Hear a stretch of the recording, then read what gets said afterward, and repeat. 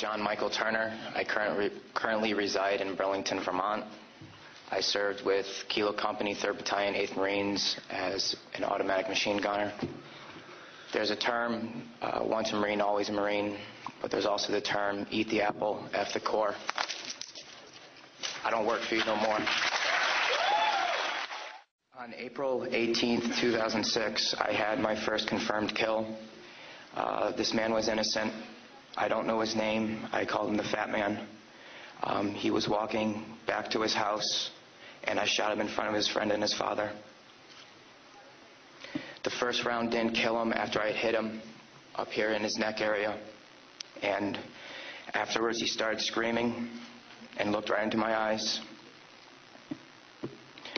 So I looked at my friend who I was on post with, and I said, well, I can't let that happen. So I took another shot and took him out. He was then carried away by the rest of his family. It took 7 people to carry his body away. We were all congratulated after we had our first kills, and that happened to have been mine. My company commander personally congratulated me, as he did everyone else in our company. This is the same individual who had stated that whoever gets their first kill by stabbing them to death will get a 4-day pass when we return from Iraq.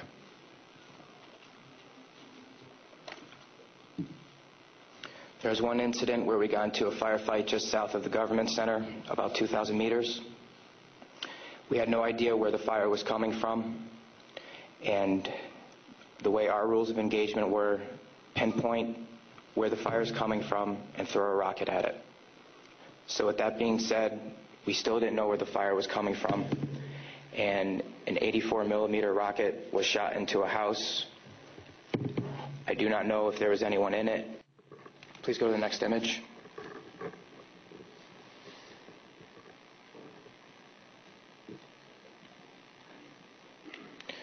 This man right here was my 3rd confirmed kill. As you can see, he was riding his bicycle. Later on in the day, we went ahead and we had CBS Laura Logan with us, but she was with the other squad. And so she wasn't with us. So myself and 2 other people went ahead and took out some individuals because we were excited about the firefight we had just gotten into, and we didn't have a cameraman or woman with us. With that being said,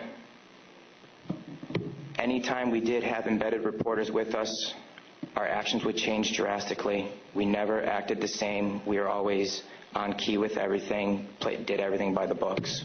The man on the bicycle, he was left in the street for about 10 minutes until we realized that we needed to leave where we were.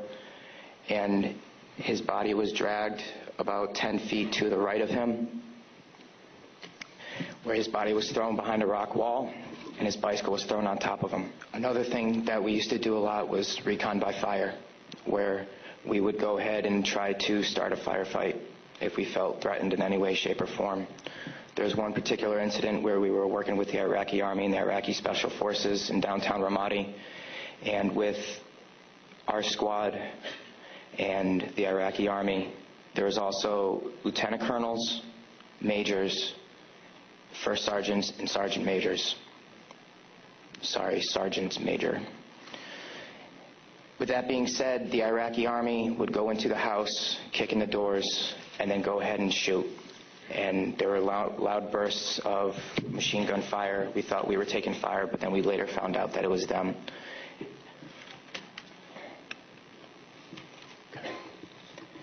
A lot of the raids and patrols we did were at the night, around 3 o'clock in the morning, around there. And what we would do is just kick in the doors and terrorize the families. That was an image taken around 3 o'clock in the morning through night vision goggles. And that is the segregation of the women and children and the men. If the men of the household were giving us problems, we'd go ahead and take care of them any way we felt necessary, whether it be choking them or slamming their head against the walls. If you go back to that one picture, that was one man that wasn't taken, that was taken care of in a very bad way. Because of all the wiring that he had, it would be considered IED making material. On my wrist, there's Arabic for FU. I got that put on my wrist just 2 weeks before we went to Iraq because that was my choking hand. And anytime I felt the need to take out aggression, I would go ahead and use it. Please go to the next picture. Next. There's an instance of detainees and how they were treated in a nice manner. Next. That is the Fatimat Mosque minaret. As you can see, it is written with bullet holes and holes in the top of it. Those were from mortars. And the next video that I'm going to show you is a tank round that went into that minaret, where we weren't sure if we were taking fire or not.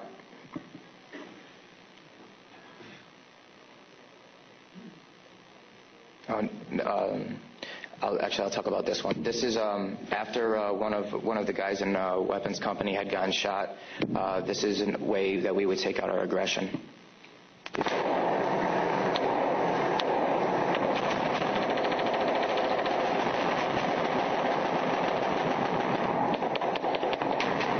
those of you who don't know, it is illegal to shoot into a mosque unless you were taking fire from it. There was no fire that was taken from that mosque. It was shot into because we were angry. Can you please play the next video?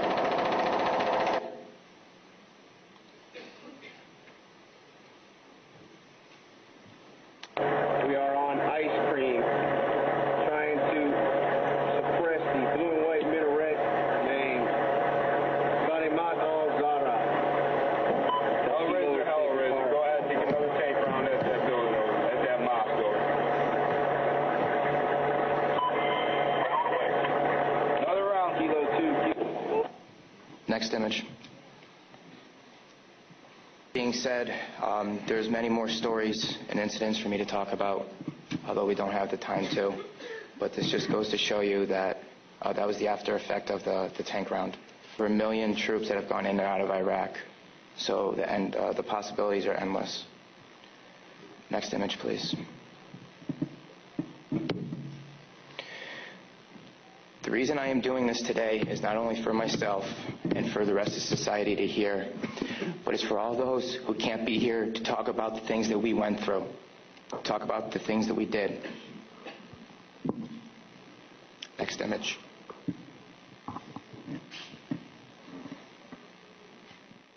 This memorial service was for the 5 guys in Kilo Company, 3rd Battalion, 8th Marines that we lost.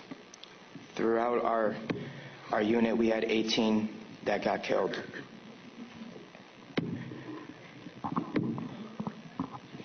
With that being said, that is my testimony. I just want to say that I am sorry for the hate and destruction that I've inflicted on innocent people, and I'm sorry for the hate and destruction that others have inflicted on innocent people. At one point, it was okay, but reality has shown that it's not, and that this is happening, and that until people hear about what is going on with this war, it will continue to happen and people will continue to die. I am sorry for the things that I did. I am no longer the monster that I once was. Thank you.